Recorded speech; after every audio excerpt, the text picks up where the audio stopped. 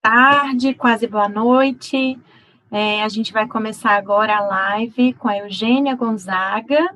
Queria dar as boas-vindas para todo mundo que está chegando.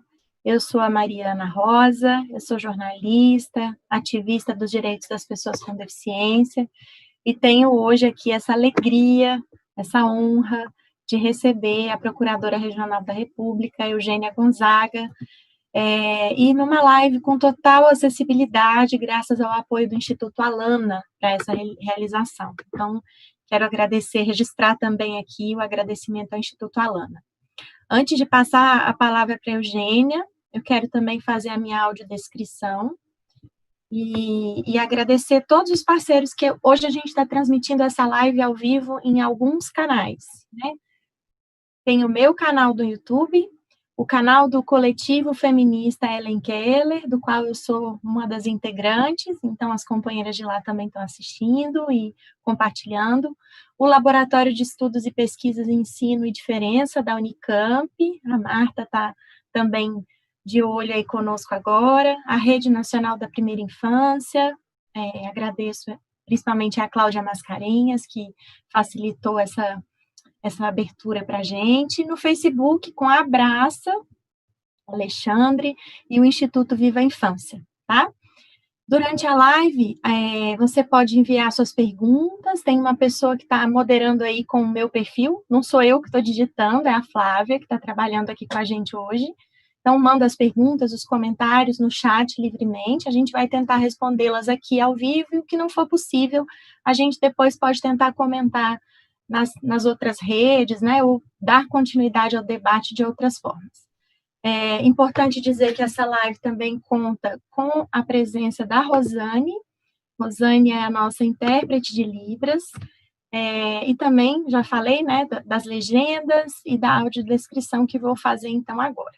Na verdade, vou começar pela da Rosane. A Rosane é uma mulher, tem pele branca, tem um cabelo avermelhado, que está semi-preso, e uma blusa de manga curta, preta, e ao fundo a parede dela é branca. E eu sou uma mulher de pele clara, branca, tenho cabelos cacheados, castanhos claros, na altura das orelhas, estou usando um óculos de armação transparente, uma blusa de listras em tons de rosa, e estou sentada, atrás de mim tem uma parede branca com alguns quadros. Agora sim, então, vou passar a palavra para a nossa convidada, a Eugênia, que é mestre em Direito Constitucional pela PUC de São Paulo, é Procuradora Regional da República em São Paulo, é Procuradora Federal dos Direitos do Cidadão adjunta e é presidente da Comissão Especial de Mortos e Desaparecidos Políticos da Presidência da República. Eugênia, muito boa tarde, boa noite já, né, iniciando. Eu queria pedir para você, então, cumprimentar quem está nos assistindo e fazer também a sua audiodescrição, por gentileza. Olá, Mariana, olá a todas e todos que estão aqui assistindo, agradeço o convite, estou muito contente de estar aqui numa live com acessibilidade, né, sempre procuro participar de lives com acessibilidade, mas nem sempre a organização consegue, né, proporcionar, então, realmente me dá uma satisfação muito grande. Parabéns a toda a equipe que garantiu essa produção toda, e gostaria de só fazer uma pequena correção no meu currículo, porque talvez eu tenha passado alguma coisa desatualizada. Hoje em dia eu não sou mais Procuradora Federal dos Direitos do Cidadão adjunta, essa função minha terminou em maio, e também não sou mais presidente da Comissão Especial sobre Mortos e Desaparecidos Políticos, até foi um fato no ano passado que ganhou bastante repercussão, porque foi uma exoneração feita diretamente pelo presidente da República, e e aí acabou ficando bem conhecido, então a gente não pode deixar passar. Atualmente eu continuo, né, Procuradora Regional da República e estou coordenando a área de Memória e Verdade, o grupo de Memória e Verdade do Ministério Público Federal, da Procuradoria Federal dos Direitos do Cidadão. Bem, minha audiodescrição: eu sou mulher, estou com o cabelo preso, meu cabelo é escuro, liso, estou com óculos de aro escuro também, minha pele é morena bem clara, estou com uma blusa branca, um lenço de 3 cores, assim, preto, bege, branco, mais ou menos assim. e atrás a parede é bege, meio amarelada, e aparece de longe a moldura de uns quadrinhos aí. Muito bem, estou pronta. Vamos lá, Mariana, para as perguntas. Muito obrigada pela correção do currículo, não foi você que me passou errado, fui eu que consultei uma fonte desatualizada, e você é sempre muito paciente, gente, porque, assim, a gente acaba ficando um pouco nervosa, né, não é todo dia que a gente conversa com a Eugênia, então acabam cometendo alguns equívocos, te peço desculpas e agradeço a paciência, tá? Vamos Sim, lá sem com, problema então, nenhum. vamos Acontece. direto às perguntas, e reforçando, quem quiser colocar aí no chat, né, a gente vai tentar também contemplá-las aqui agora. Então, vamos começar, Eugênia. Você tem uma história grande, né, na defesa da educação inclusiva, enfim, o seu nome é muito conhecido na defesa dos direitos das pessoas com deficiência e tem uma ênfase também na educação inclusiva e outros aspectos. Mas pensando na educação inclusiva e pensando também que talvez nem todas as pessoas que estão nos acompanhando agora sabem a diferença entre educação especial e educação especial na perspectiva da educação inclusiva, eu queria te pedir para falar o principal marco, na sua opinião, nesse campo das pessoas com deficiência e por quê, e talvez aproveitar para já marcar essa diferença conceitual entre educação especial e educação especial na perspectiva da educação inclusiva. Bem, o marco mais explícito dessa diferença é a Convenção da ONU. Mas, no Brasil, nós já começamos a defender essa diferenciação desde a Constituição Brasileira de 88. A Constituição Brasileira, ela garante ensino fundamental, hoje chamado ensino básico, para todos os alunos. Então, para alunos com e sem deficiência, o ensino básico é obrigatório, ele é em escola, ela garante o ensino escolar, e para ser escola pressupõe ambiente coletivo. Ambiente coletivo é um ambiente marcado pela diversidade, não basta ser uma escola, por exemplo, mista, metade dos alunos com deficiência, metade sem, né? É uma escola apenas para um tipo de deficiência e outra metade sem deficiência. Essa escola não é a escola inclusiva, não é nem escola, na nossa opinião, porque não é um ambiente marcado pela diversidade. Essa é a garantia constitucional para todos os alunos, ensino básico em ambiente escolar. Além disso, a nossa Constituição, ao invés de dizer como a Constituição anterior, que ela falava em educação especial, no capítulo da assistência social, então, para a gente ver que a diferença era muito grande, a Constituição de 88 vem e garante, além do ensino básico, ela garante o atendimento educacional especializado, preferencialmente na rede comum. Então, o que nós entendemos? Que o atendimento educacional especializado, AEE, ele é um complemento ao ensino básico. E aí nós vamos na Lei de Diretrizes e Bases, que é de 1994, e a gente encontra lá a definição de educação especial. E olha só o que ela diz: é o atendimento educacional especializado. E a gente não pode ampliar o que está na Constituição. Então, a educação especial, de acordo com a LDB, interpretada à luz da Constituição de 88, ela é esse complemento, ela não é jamais para crianças em idade escolar, em idade de frequentar obrigatoriamente o ensino comum, ela não pode ser jamais substitutiva. Então, foi a partir da Constituição, a partir dessa interpretação da Constituição, é que, então, surge, né, essa política, essa interpretação da educação especial na perspectiva da educação inclusiva. Excelente. Eu queria, então, chamar a atenção, você enfatizou, né, preferencialmente na escola comum, né, e essa palavrinha é uma das brechas na qual esse decreto tem se apoiado, né, ele diz, não estão dizendo que é exclusivamente, estão dizendo que é preferencialmente, né. É um equívoco, porque a educação formal, ela jamais é de preferência em algum lugar, ela é obrigatoriamente em escola, em ambiente formal. A educação especial, ela passa a ser vista como algo que não é substitutivo. É por isso que a educação especial ou o atendimento educacional especializado, ele pode estar presente tanto dentro da rede comum, quanto dentro de escolas especializadas, escolas particulares, ambientes até que não são reconhecidos como escola. Por exemplo, você pode fazer sei lá, um curso linguístico de inglês, você vai complementar o seu ensino, mas você não vai exatamente frequentar outra escola para fazer isso. Você pode fazer um curso livre para fazer isso. Por quê? Porque não é um tipo de curso obrigatório. O atendimento educacional especializado é direito da criança, ele tem que fazer parte da sua grade curricular, mas não de maneira substitutiva ao ensino comum. E aí depois vem a Convenção da ONU falando que não há o direito à educação fora de um ambiente educacional inclusivo. Ela exige que o sistema educacional seja inclusivo e garante todos esses apoios dentro do sistema educacional inclusivo.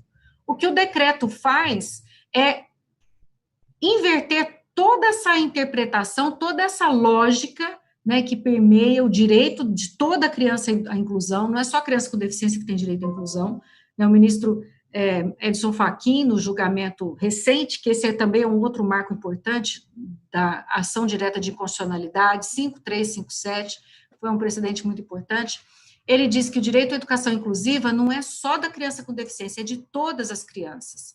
Então, quando o decreto vem e volta, né, naquela visão anterior a 88, da educação especial como substitutiva, como possibilidade da pessoa frequentar exclusivamente um ambiente especial, ele está frustrando o direito de todas as crianças à educação inclusiva. Perfeito, perfeito.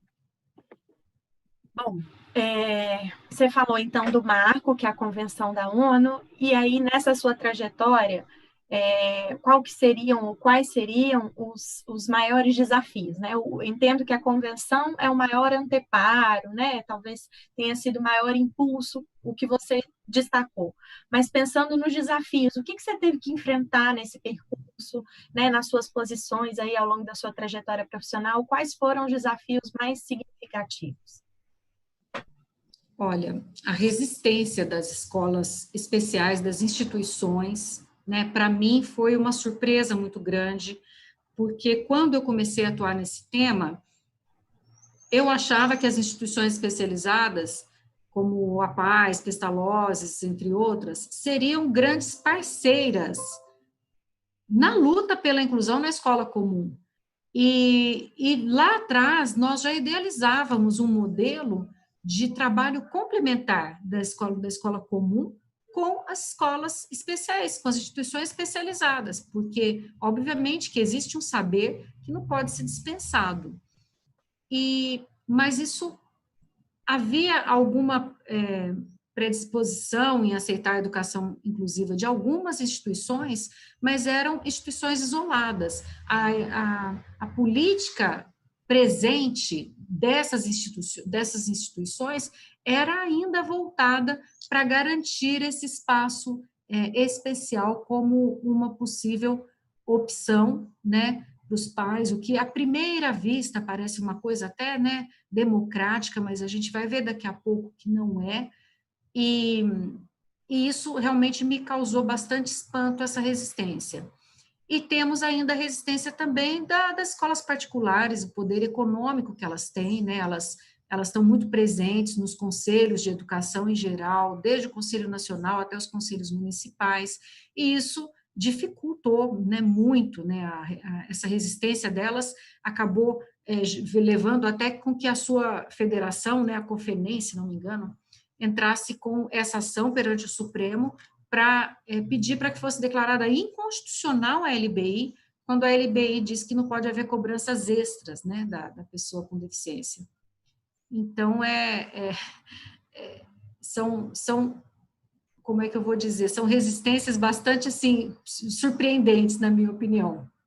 Sim, me lembrei que recentemente eu vi uma fala de um juiz do Tribunal de Justiça. Eu não estou te ouvindo. Não Está estou me te ouvindo ouvindo. agora? Agora Melhorou? estou. Sim. Sim, estou ouvindo. Recentemente, eu ouvi uma fala de um juiz aqui do Tribunal de Justiça de Minas Gerais, o Luiz Fernando Nigro, e ele dizia exatamente isso. Ele dizia: as pessoas estão dizendo que custa mais caro, que precisa ter uma complementação, as escolas particulares reivindicam isso, né? E ele falou: a gente tem que inverter a perspectiva, tem que pensar que essas escolas lucraram até hoje perpetuando discriminação, né, perpetuando preconceito, lucraram com isso. Isso é que estava errado. Agora a gente está corrigindo, né? Então é uma fala Exatamente. que permite a gente fazer uma mudança importante, né, de perspectiva. Queria pegar um gancho aí na sua fala, quando você fala da manutenção, não da manutenção, mas da existência das escolas especiais e da escolha da família, enfim. Tem uma pergunta que uma pessoa enviou para fazer aqui hoje. Ela se chama, a pessoa que enviou se chama Juliana Amorina, e ela disse o seguinte: eu queria entender em que medida a escolha da família é soberana, quando a gente está falando de educação. E aí, pensando que esse é um argumento que também tem sido muito usado, né? O governo diz, ninguém está obrigando a matricular na escola especial. A gente está dizendo que a família vai poder escolher, né? Então, até em que medida a escolha da família é soberana? E eu queria te pedir para comentar isso, por Da gentileza. mesma maneira que é soberana para qualquer um dos filhos, diz a Declaração Universal de Direitos Humanos, desde lá 45, em que a família tem prioridade na didática, na medida pedagógica que ela vai optar para a educação do seu filho. Mas, ao mesmo tempo, ela coloca como direito do filho o direito ao ensino formal. Então, a família tem a opção por práticas pedagógicas, colocar numa escola tradicional, uma escola Waldorf, enfim, é isso que ela tem a opção. Agora, ela não tem a opção de não colocar na escola, né? Qualquer criança, se o pai deixa a criança fora da escola, o pai ele pode ser acusado de crime de abandono intelectual. E o direito da criança estar nesse ambiente coletivo. Bem, a escola especial não é escola, ela não supre tudo o que a criança precisa, porque a criança, a educação é muito mais do que apenas conteúdo didático. Ela é muito mais, ela envolve também o pleno desenvolvimento humano, seu preparo para o exercício da cidadania. Está escrito isso na própria Constituição, no artigo 205. E uma escola que não é marcada pela diversidade, uma escola que não seja um ensino formal, ela vai ficar faltando nesses outros quesitos. Agora, essa discussão nós estamos enfrentando agora, essa onda conservadora, né? Por exemplo, mas eu quero deixar na escola especial porque eu cansei de ser ofendida na escola comum, né? A gente ouve muito falar isso, e eu tenho certeza que hoje em dia o pai, a mãe que opta por deixar numa escola especial, ela só está fazendo isso porque ela não teve outra opção. Ela não tinha a opção de estar no ensino comum. Hoje, o que o decreto faz, ao chancelar a possibilidade de ir para a escola especial, ele está dizendo para a escola comum, olha, tudo bem você fazer mais ou menos a inclusão, porque a gente vai ter especial. E, além disso, ele vai injetar muito dinheiro na escola especial. E, ao fazer isso, ao propiciar essa exclusão, esse ensino segregado, ele está, como eu disse antes, frustrando o direito das crianças ao ensino formal, ao ensino marcado pela diversidade.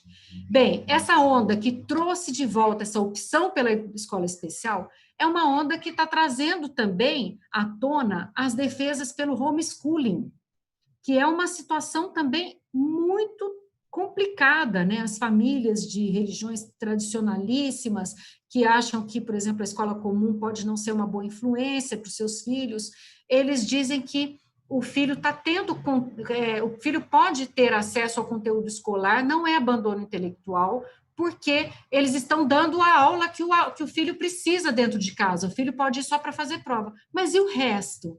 E o direito ao pleno desenvolvimento humano? E o preparo para a cidadania? Como é que fica o resto do direito dessa criança? Vai poder ser frustrado. Infelizmente, né, a gente está vendo isso já acontecer, né? Essa onda de conservadorismo exacerbado, né, acabou de admitir no Distrito Federal uma lei que admite homeschooling. Isso aí vai precisar ser questionado perante o Supremo Tribunal Federal e vamos ver o que o Supremo vai dizer, né? Vai ser uma luta grande. Espero que eles mantenham essa visão que eles adotaram por conta dessa ADIM 5357.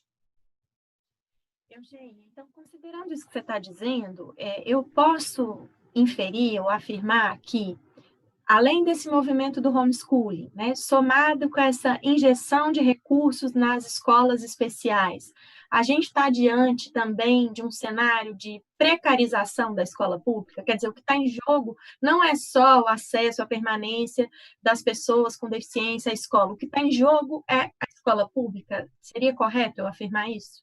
Eu acho que é correto afirmar sim, porque voltando aí ao gasto da escola com as pessoas com deficiência, esse gasto, na verdade, dizer que é só por causa da pessoa com deficiência é uma falácia, é um engodo, porque todo esse gasto, né, entre aspas, ele vai beneficiar todas as crianças e todas as pessoas que frequentam aquela escola. Por exemplo, uma escola acessível arquitetonicamente, ela é acessível para o aluno que tem deficiência física e também, por exemplo, para algum professor que tenha problemas de subir escada ou que adquira algum problema ao longo da vida, para alguém que sofra um acidente e fique temporariamente, né, com essa necessidade especial, com dificuldade de locomoção. Vai servir para as pessoas que visitam escola como pais, né? A mudança nas práticas pedagógicas da escola para acolher alunos que, por exemplo, que tem também deficiência intelectual, é uma prática pedagógica que é muito mais acessível para as crianças sem deficiência, ela traz grandes benefícios para todas as crianças. A língua de sinais na escola comum é importantíssima, porque toda escola precisaria ser bilíngue, no sentido de adotar duas línguas, como a gente tem, por exemplo, as escolas de inglês, de português, né? Então, são situações que vão beneficiar a todos os alunos. E a gente, realmente, quando esse investimento sai da escola pública e vai para uma escola separada, o cobertor é curto, ele vai deixar de entrar para a escola pública e os pais vão ouvir o que eu ouvi, né, há 20 anos atrás, quando eu queria matricular meu filho. Mãe, se eu fosse você, não colocava seu filho nessa escola. Por quê? A escola não se prepara, não quer estar preparada, obviamente ela não é a melhor escola para receber seu filho, né? Então, os pais acabam ficando sempre entre esse dilema. Agora, enfim, já me perguntaram, você como mãe, colocaria seu filho numa péssima escola comum, que não estivesse preparada, ou você colocaria numa ótima escola especial super preparada? Eu falei, bom, essa pergunta não é justa, porque ela compara o pior de um com o melhor do outro, né? Mas hoje em dia, eu colocaria sim na escola comum despreparada e ia tentar lutar pela preparação dela, porque é um ambiente desafiador, aonde toda criança vai ter condições de crescimento. E tirá-lo para colocar num ambiente separado, menos desafiador, eu só vou aprofundar a diferença, o abismo, o distanciamento dele. Perfeito. Nossa, eu estou me lembrando, eu tenho uma filha de 7, né, que tem deficiência, é cadeirante, não oralizada, tem baixa visão, enfim, uma série de características, e é um poço de curiosidade, muito, muito alegre, enfim. E eu estou justamente procurando escola para ela, né? Ela saiu da educação infantil, agora vai para o ensino fundamental, e estou visitando aqui uma escola ali, outra escola acolá, pública, privada, enfim. E uma das escolas que eu visitei, que existe desde a década de 80, Eugênia, cheguei lá, achei a escola linda, cheia de natureza, uma proposta pedagógica que parece compatível com o que a gente busca, né? Com o que é o nosso direito buscar. Quando eu olhei, um monte de lances de escada e as salas de aula todas no andar de cima. E aí eu perguntei, nossa, nunca estudou uma criança cadeirante aqui antes? Não, nunca estudou uma criança cadeirante ali antes. Não, desde a década de 80. E você acha que não existiu? Você acha que não foi procurada? Claro que foi. Não estudou porque está inacessível, né? né, é tão básico, né? E fico pensando como que pode, porque é o que você falou. Então, não só o cadeirante, mas então ninguém nunca quebrou um pé, ninguém nunca, né, precisou, fez uma cirurgia e teve mais dificuldade de se locomover, enfim, né? Nenhuma situação de mobilidade reduzida pode ser possível num ambiente assim, enfim. Mas é isso, até então a gente tem uma legislação que nos obriga a falar, não, escola, você precisa fazer isso, é meu direito estar com a minha filha aqui. Com esse decreto, isso fica mais maleável, né? Não. Fica muito maleável, porque os pais, eles acabam ficando assim, contra a parede, né? O que eu vou fazer? Ele fica muito inseguro, realmente. Vou colocar meu filho no lugar em que ele não consegue sair da sala de aula, ele vai ter que ser carregado para subir, né? E aí a escola vira para você e fala assim, mas tem uma escola aqui do lado, que é totalmente acessível, que é especial, que não sei o que, não sei o que. Então, isso e aí sim é tirar a opção dos pais. Porque quando a gente exige que toda escola comum seja inclusiva, ela vai precisar ser acessível, ela vai precisar ter contraturno, ela vai precisar fazer o ensino comum, fazer o AE. E eu posso então optar por ficar só na escola comum, porque ali eu vou ter todo o atendimento. Agora, eu posso optar por deixar meu filho na escola comum e, paralelamente, em um ambiente especializado para poder reforçar aquilo que tem de especial. Aí sim eu tenho opção. Agora, quando eu não tenho uma comum que não quer se preparar, que o poder público não faz esse tipo de exigência dela, não vai sobrar. E ainda mais se estiver injetando dinheiro, né, no outro ambiente. Falando em dinheiro, Mariana, desculpa se me alongar, mas é um ponto bem importante. Se alguém tiver interesse, a gente pode voltar. Esse dinheiro previsto no decreto é um dinheiro que vai sair das dotações da União, né? E a União, como a gente já disse, o cobertor é curto, os investimentos em educação são limitados também, né? E o que garante um mínimo de aplicação de verbas para a educação é o Fundeb. Então, quando o Estado não consegue pagar sozinho o número mínimo, o valor mínimo de dinheiro que ele tem por aquele número de matrículas que ele tem no Estado, a União vem e complementa. Agora, se a União já tiver dado dinheiro para as escolas especiais daquele estado, será que ela vai computar nesse valor que ela teria que complementar o Fundeb? Isso não está claro no decreto. A gente ainda não sabe de onde vai sair essa dotação orçamentária. Se vai sair naquilo que a União já teria que complementar ou não, ou se vai ser uma verba separada. A gente ainda não sabe. Nossa, é um decreto que não deixa isso claro. Bom, eu li também um artigo que você escreveu, em que você, num determinado trecho, você dizia que em algum momento dessa tua trajetória, você precisou moderar o tom de voz para conseguir avançar na luta da educação inclusiva, né? E aí, recentemente, nas propagandas e nos materiais de divulgação da nova política, nova, né, entre aspas, política de educação especial, eu notei que eles chamam as pessoas que defendem a educação inclusiva de inclusionistas totais, né, ou de radicais, ou falam que a educação inclusiva, dessa maneira como nós defendemos, é um radicalismo, né? A cartilha que acompanha essa política lá divulgada pelo MEC, ela diz que nós, que defendemos a educação inclusiva, estamos valorizando a socialização e o convívio entre todas as crianças em detrimento da aprendizagem dos alunos com deficiência. Então, dizem que a gente, com isso, estaria negligenciando particularidades dos alunos, sobretudo aqueles que eles consideram que têm uma deficiência grave, né, como eles chamam. Eles ainda graduam a deficiência do indivíduo, né? E aí, ainda nos discursos desse decreto, eles falam muito dessa necessidade das famílias que têm crianças com deficiências consideradas graves poderem ser melhor atendidas, que você já comentou um pouco sobre isso. Mas o ponto aqui que eu queria trazer veja que a gente chega no século XXI com um histórico de luta grande em que defender a educação inclusiva virou um discurso radical, né? Virou um radicalismo na visão desse governo. Queria te pedir para comentar um pouquinho sobre isso. Quando uma pessoa diz, isso é radical, isso é utópico, isso não vai ser possível, né? O que você comenta a respeito?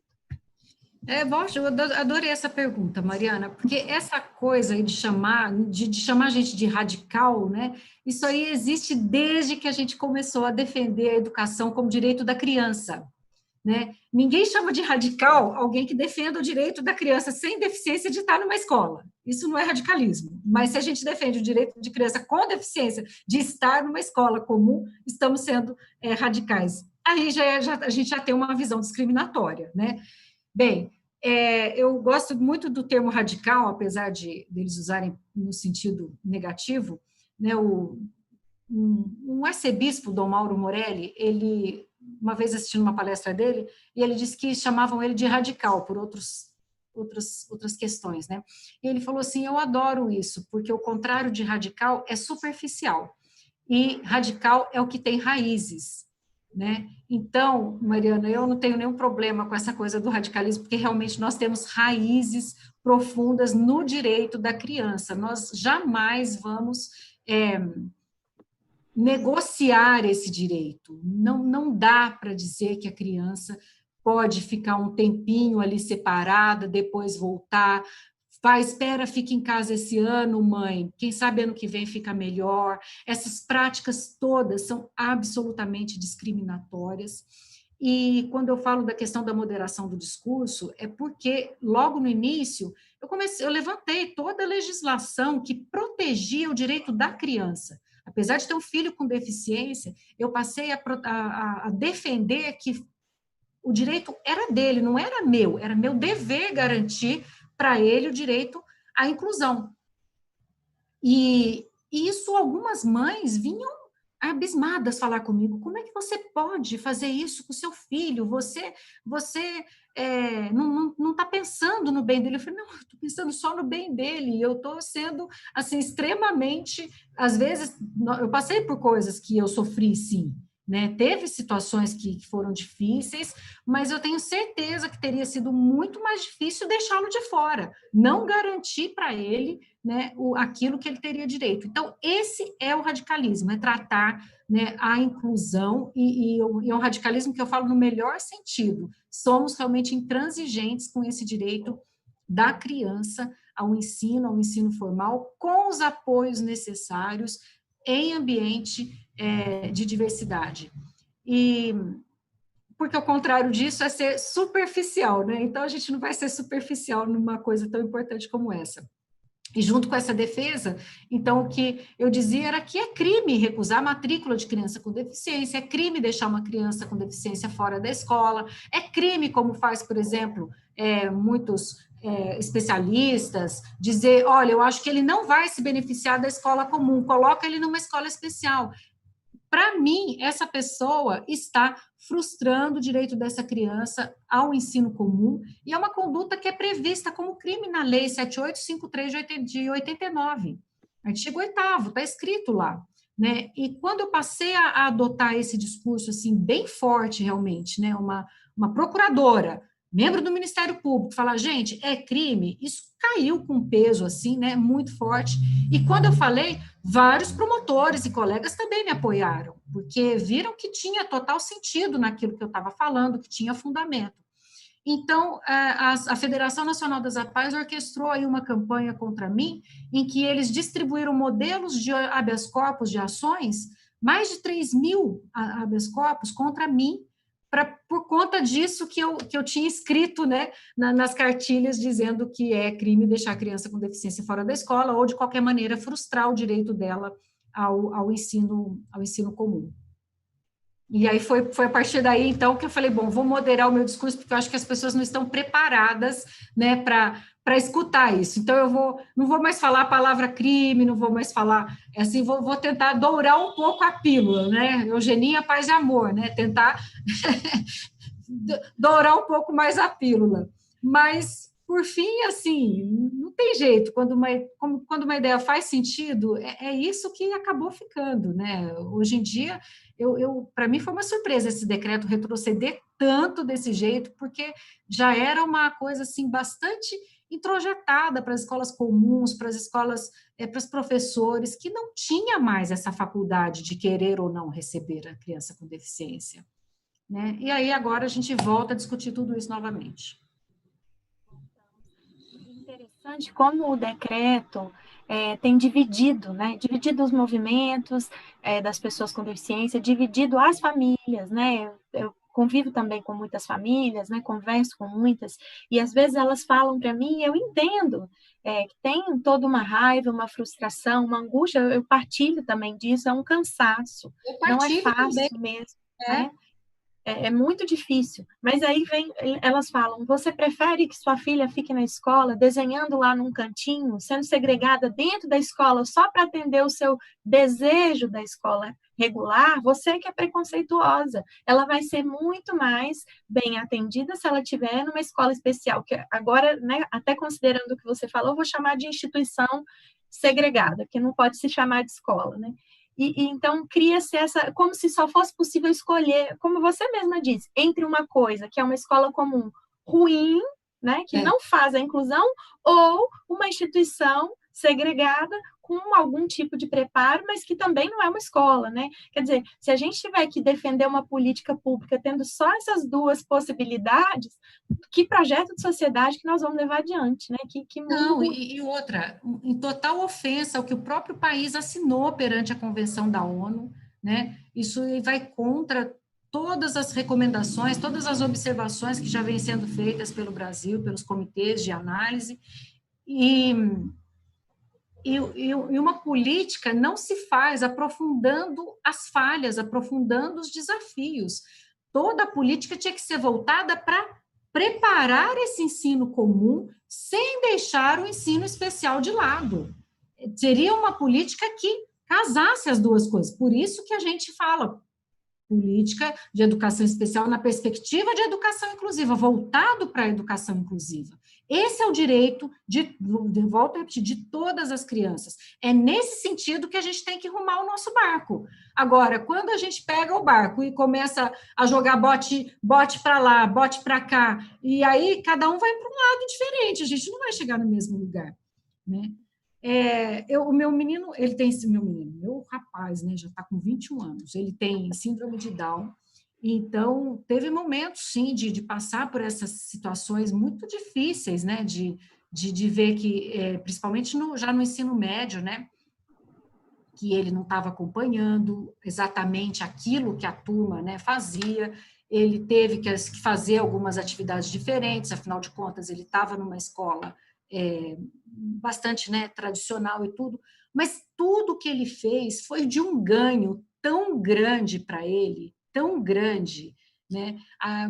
Mesmo que, por exemplo, em alguns trabalhos, ele sempre adorava, ele adora a árvore genealógica, né, das famílias. Então, nos trabalhos de história, ele focava nas árvores genealógicas das famílias, dos reis, decorava, né? Por fim, ele que dava dica de data, que ele é muito bom de memorizar a data de nascimento, né? Dica de data do casamento, do não sei o quê. Então, ele encontrou formas dele se beneficiar, sim, de acontecer. Foi perfeito? Foi exatamente aquilo que eu imaginava? Não foi. Eu também tive problemas com a minha filha que não tem deficiência, a gente vai, né, se adaptando. Agora, eu tenho certeza que ele não seria a pessoa que ele é hoje se a gente tivesse desistido da inclusão. Porque não é simplesmente uma vaidade, não é realmente satisfazer uma necessidade do seu filho. Se surgir um remédio que, sei lá, que vai beneficiá-lo e a gente puder utilizar, a gente tem que ir atrás, sim, né? Porque vai beneficiá-lo. Não é uma questão de vaidade do pai e da mãe, eu acho que é dever dos pais, né? E, às vezes, o caminho é muito difícil, realmente. Agora, não é fácil para ninguém, né? Eu tenho certeza que o caminho do desafio ainda é o melhor para ele e para todas as crianças. Também estou com você. Olha, outra pergunta agora da Mila Oliveira. Ela está perguntando o seguinte: o Ministério Público Federal pretende agir em relação a esse decreto? E se sim, de que maneira? Eu acho que o MP federal, eu acho que não, até porque já teve medidas propostas, né? Então, no âmbito do Poder Legislativo, alguns parlamentares já entraram com decretos legislativos que anulam esse decreto, né? Isso está em andamento, não foi ainda para votação, né? O Rodrigo Maia fica segurando tudo que é contra o governo, colocando aí na gaveta, daí quando ele precisa forçar com alguma coisa, ele tira alguma cartinha lá e põe em votação, né? Então, esses decretos legislativos, eu acho que aí estão desse mesmo jeito. Explicar sobre esse tema para o Congresso é dificílimo, eu vejo assim com muita dificuldade a gente tentar resolver essa situação por via do Congresso. Mas é uma das vias, está lá, está aberta, ainda está por ser decidida.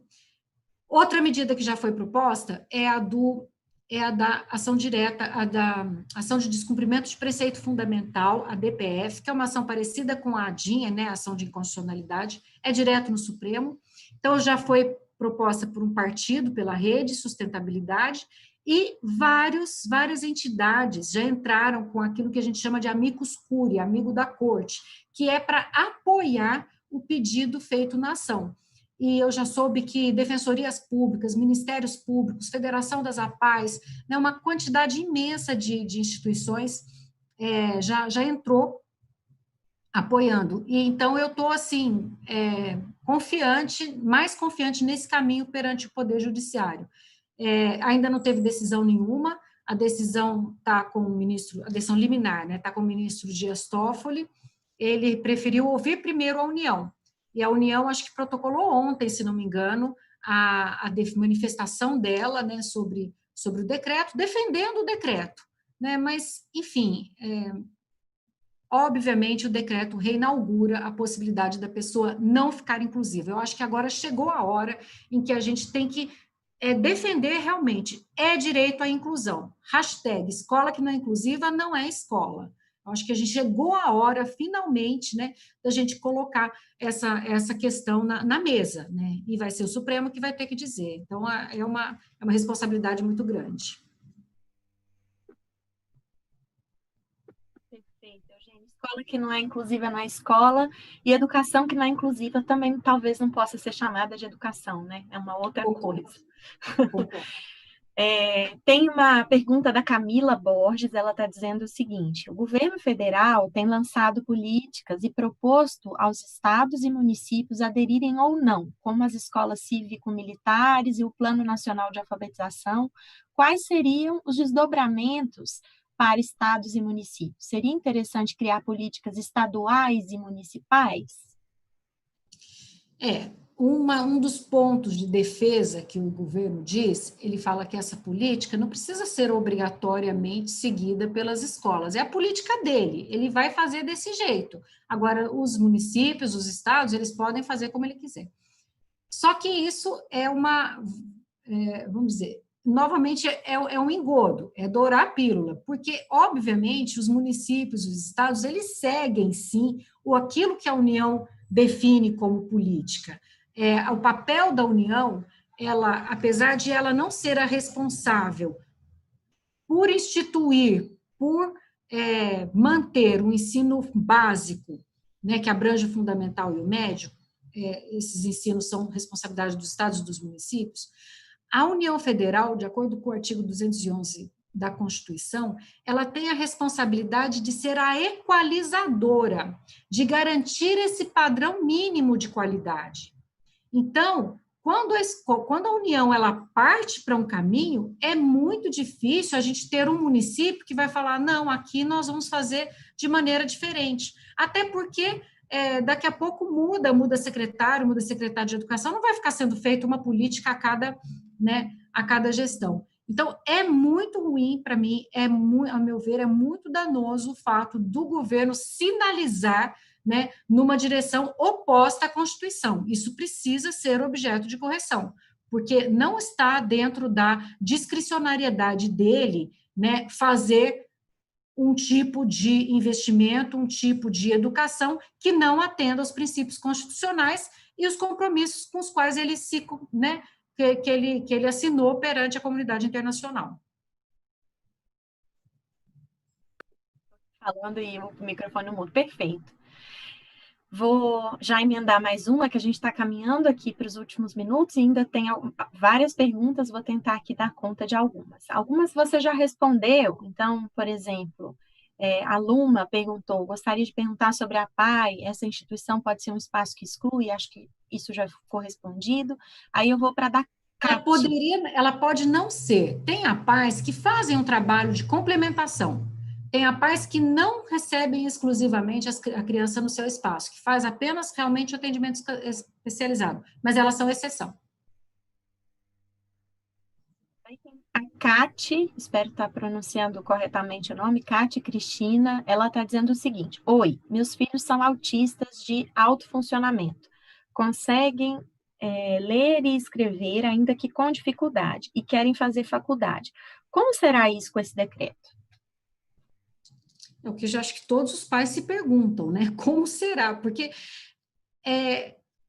a gente não tem como definir um espaço educacional para cada tipo de deficiência. As deficiências são muitas, né? Quando a gente fala em diversidade, a gente também não pode pensar só na criança sem deficiência e com deficiência. Entre as crianças sem deficiência, você tem muita diversidade. Entre as crianças com deficiência, você tem muita diversidade, né? Uma vez eu estava dando uma palestra, acho que em Brasília, que tinha uma escola de surdos, uma escola bilíngue, né, voltada para surdos, chamada bilíngue, que eu tenho um pouco de restrição com esse termo, mas vamos deixar assim por enquanto.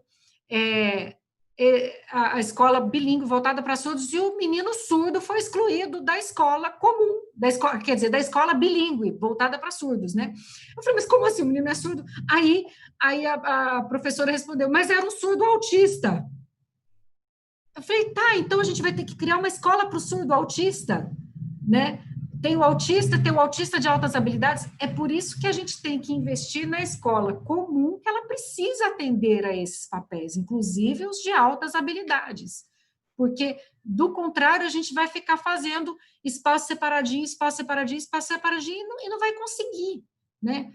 Ainda, por exemplo, num município que é grande, né, tipo São Paulo, Brasília, você tem às vezes, número de crianças com uma deficiência parecida, capaz de você, por exemplo, fazer uma classe com pessoas com aquela deficiência, por exemplo, né? Mas 80% dos municípios brasileiros têm menos de 100 mil habitantes, né? Às vezes você tem um surdo em idade de alfabetização, tem uma criança que é cega, como é que vai fazer, né? A escola comum precisa atender essa única criança, cada criança é única, tem sua particularidade, e a escola comum precisa dar conta. As minhas irmãs são da área pedagógica, né? Elas são professoras. Logo que eu comecei a defender tudo isso, elas falaram assim, para você falar é fácil, não é você que está lá na sala de aula. Eu falei, olha, realmente, agora acontece que todo mundo tem seus desafios. Eu tenho aqui também dos meus processos, eu tenho aqueles que eu sei trabalhar muito bem, eu tenho aqueles que chegam para mim que eu vou ter que estudar antes de resolver o que eu vou fazer ali, porque eu não sei, cada hora chega uma coisa, eu não posso chegar um processo para mim e eu falar, esse aqui eu não vou fazer porque eu não estou preparada. Isso não existe em nenhuma profissão, né? Obviamente, quando a gente está falando de pessoas, a situação é bem diferente, mas hoje, a cabeça do professor já mudou muito. O professor já sabe que ele, acho que graças a esses 20 anos, né, que a gente passou, esses 20 anos foi um progresso muito grande na área da educação inclusiva. Hoje em dia, os professores não têm mais essa cabeça, por exemplo, que as minhas irmãs tinham no passado. Hoje elas mudaram também. Mas no passado, o professor sempre tinha essa cabeça, que ele só tinha que atender aquela criança, né, padrão, se é que existe, né? A criança padrão. E qualquer, então, pessoa que saísse diferente tem que vir o especialista. As coisas não são assim. O professor tem que ser professor de tudo, de todos, e o especialista para trazer o complemento que for necessário, quando necessário. Porque não significa, nem sempre se tem deficiência, precisa sempre, né, de um especialista. Então, são essas ciladas, né, que a gente vê no tocante à inclusão. Eu fico com a impressão que é uma opinião muito particular, né, que usam a deficiência, estão usando a deficiência como pretexto para criar nichos de mercado. Então, uma escola para quem tem paralisia cerebral, uma escola para quem tem autismo, uma escola para surdos, uma escola para cegos, né, e assim a gente vai categorizando como se isso fosse possível. E com isso tem que, como está escrito lá na cartilha, vamos criar novos espaços, novos produtos. Tá escrito, né? Então, será que não é sobre Tudo, isso, né? tudo financiado com dinheiro público. Público. Dinheiro que deveria estar indo para preparar as escolas comuns. Vão preparar ambientes separados que serão geridos por instituições privadas. A gente tem que falar nisso. Serão geridos por instituições privadas. Qual a diferença? Eu estou desconfiada da instituição privada? Não. A diferença, gente, é que é o seguinte, uma escola pública só tem lá dando aula quem passou no concurso para estar lá. Não tem essa coisa de apadrinhamento, de pegar e contratar o meu parente, porque tem que ser por concurso numa escola pública. Ainda, porque até isso estão querendo voltar atrás já.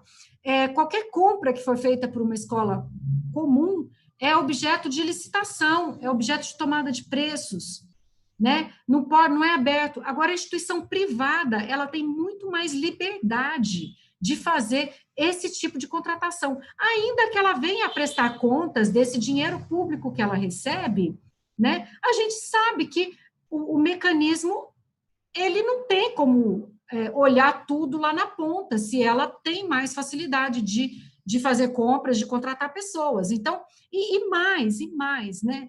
Dinheiro público é para o ensino público, não é para nenhum ambiente privado se satisfazer do dinheiro público.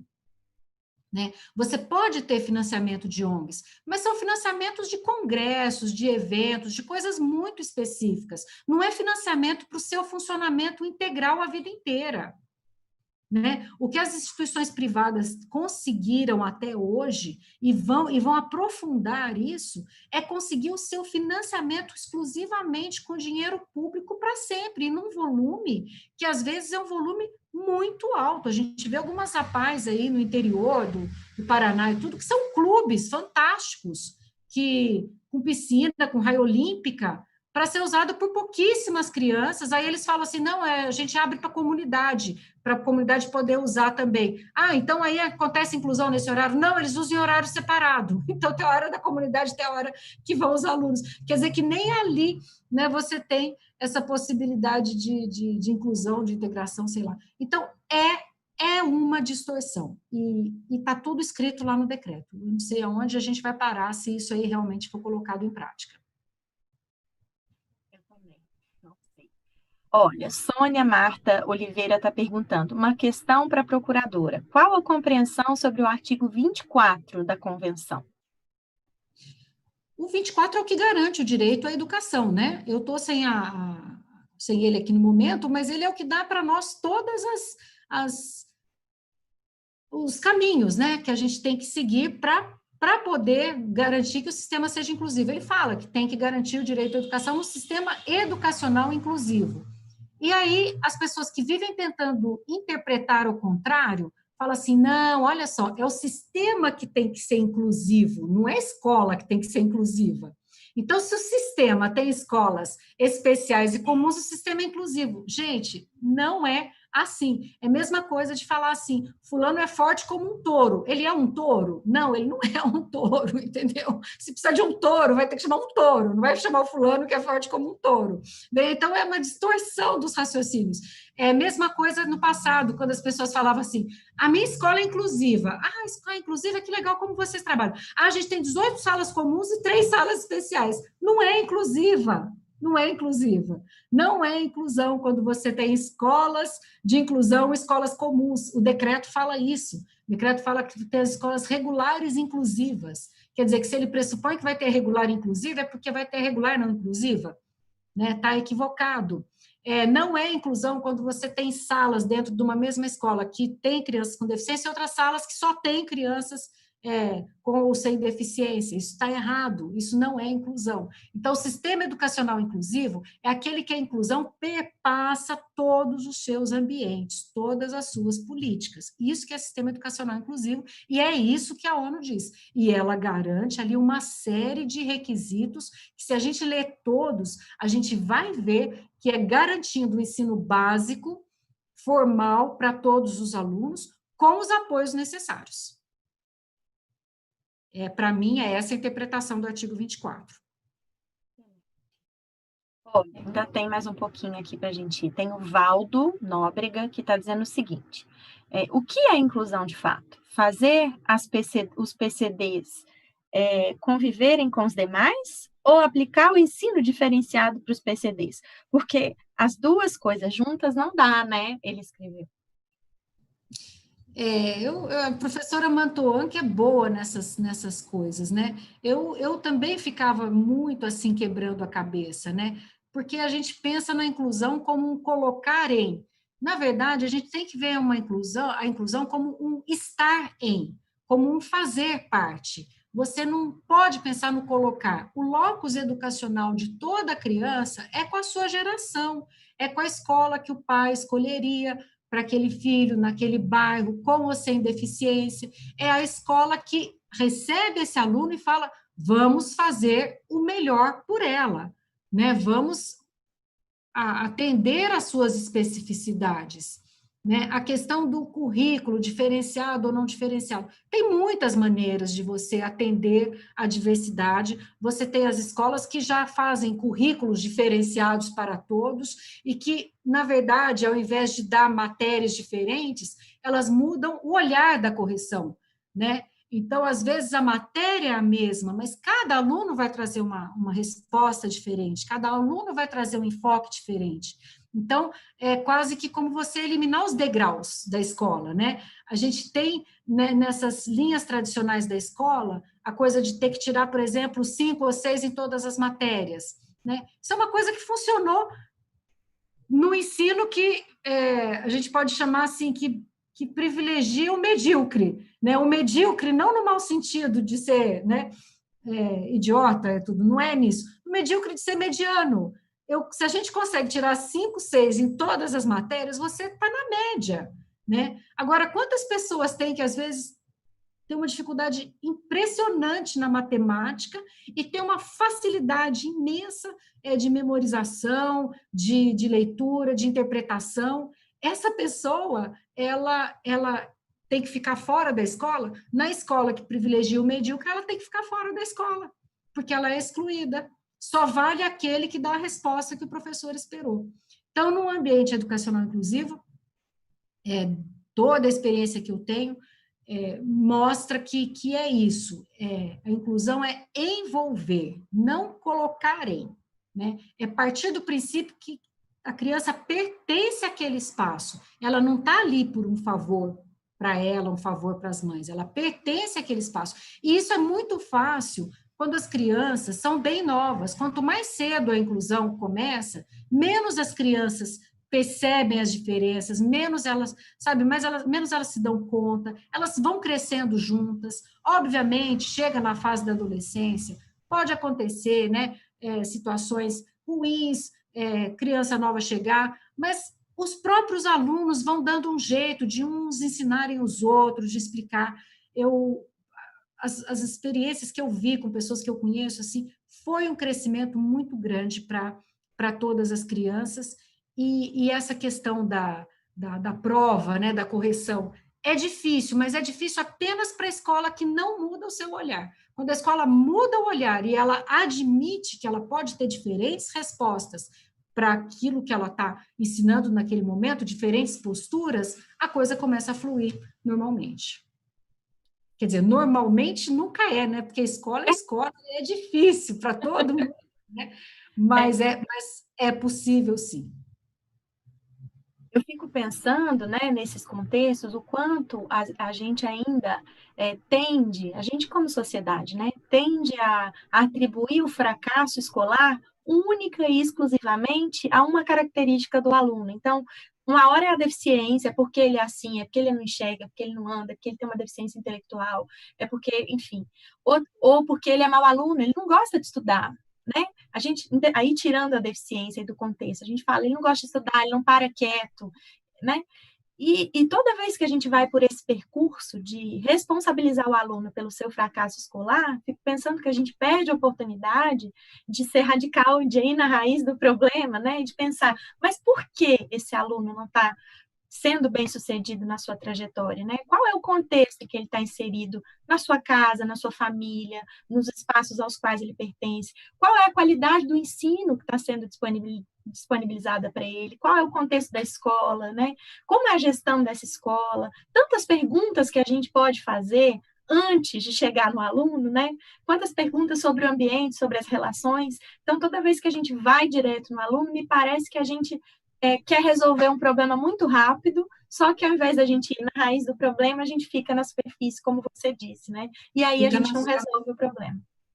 Fica na superfície, a escola quer receber aquele aluno, quer ficar com aquele aluno apenas que aprende com ou sem ou apesar da escola, que é outra fala da professora Mantuana.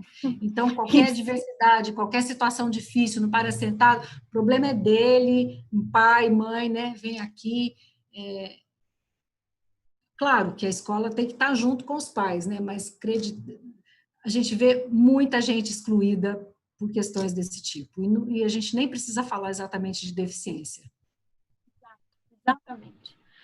Bom, chegamos aqui no fim, que pena, viu? Que conversa boa e que traz tantas perspectivas para a gente pensar e aprofundar. Eu quero começar a encerrar agradecendo mais uma vez todo mundo que acompanhou a live, que esteve aqui com a gente, né? Agradecer aos parceiros que transmitiram, né? Então, de novo, o Coletivo Feminista Ellen Keller, o LEPED, dando um abraço para a Marta, que também gosta muito de você, para a RNPI, RNPI, o Edu, que está nos ajudando hoje, na Abraça também com o Alexandre, no Viva Infância, a Cláudia e a Patrícia, tá? Agradeço todo mundo que está, e a Flávia também, que estão nos apoiando nessa transmissão.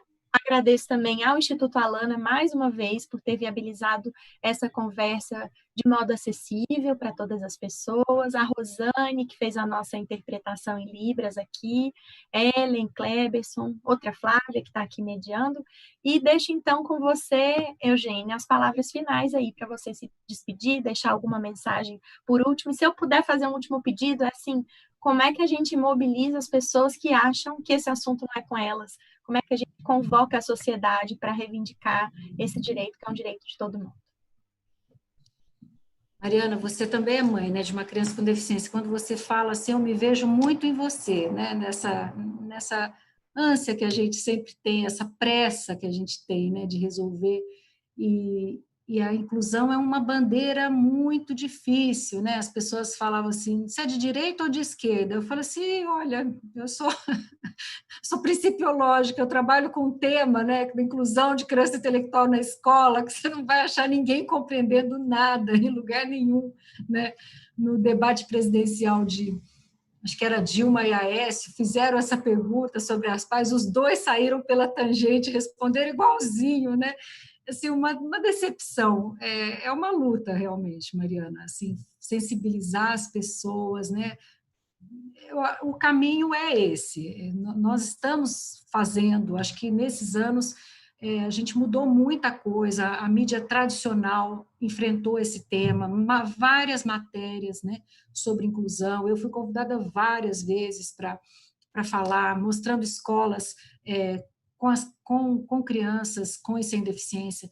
Eu acho que, apesar desse retrocesso que a gente está vendo agora, eu acho que a inclusão é um caminho sem volta. Eu vivo citando lá aquela frase, né, do Victor Hugo, né, nada é mais forte do que uma ideia cujo tempo chegou. Eu tenho certeza que o tempo da inclusão chegou no século XX, sim, né, agora a gente está aprimorando, a gente está aí, pode até enfrentar algum retrocesso ou outro, como é o caso desse decreto, mas nenhum pai jovem, né, ele vai querer hoje ver o seu filho segregado. O que a gente vê são pais realmente que acabaram indo para o ensino segregado porque não tinha outra opção, porque o outro estava ruim demais, né? E então o que eu, sei lá, teria para falar, né, para esses pais, assim, não desistam, vamos batalhar contra essa escola, vamos denunciar. O próprio decreto, quando na defesa agora que o governo fez do decreto, né?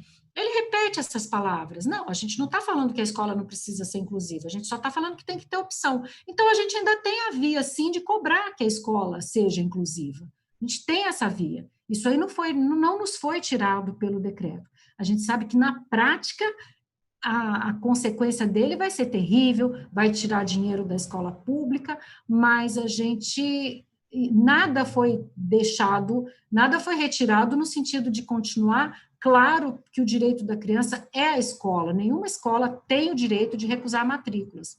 Até, se não me engano, eles iam fazer uma campanha sobre isso, que o decreto não abria o direito da escola comum recusar matrícula, apesar deles usarem essa via aí da irregular inclusiva ou não.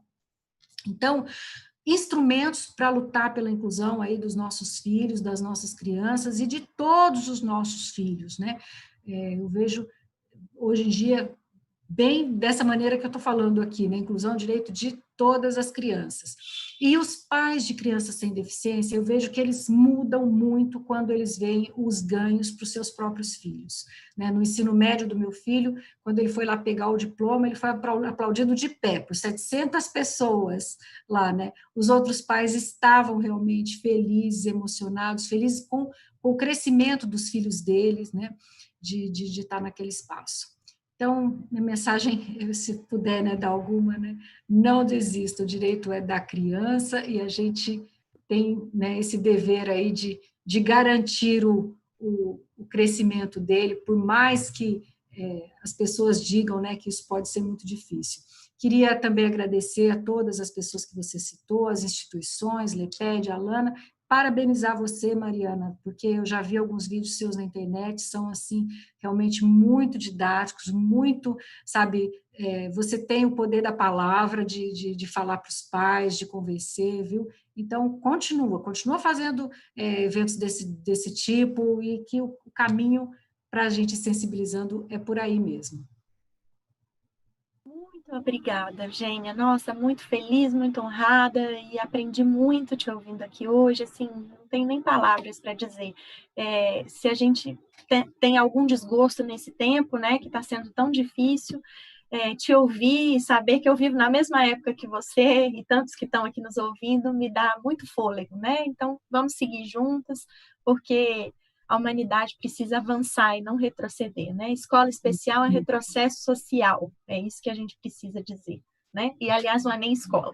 Gente, eu queria, então, agradecer mais uma vez a todos, dizer que nós deixamos aí nos comentários alguns links de abaixo-assinado, de e-mails para enviar para os deputados, né? Isso tudo ajuda, fortalece a luta e seguimos em contato, talvez não, com certeza a gente não deu conta de todas as perguntas, mas a gente vai olhá-las de perto depois e procurar maneiras de responder às pessoas que fizeram perguntas. Muito obrigada, Eugênia, mais uma vez, muito obrigada.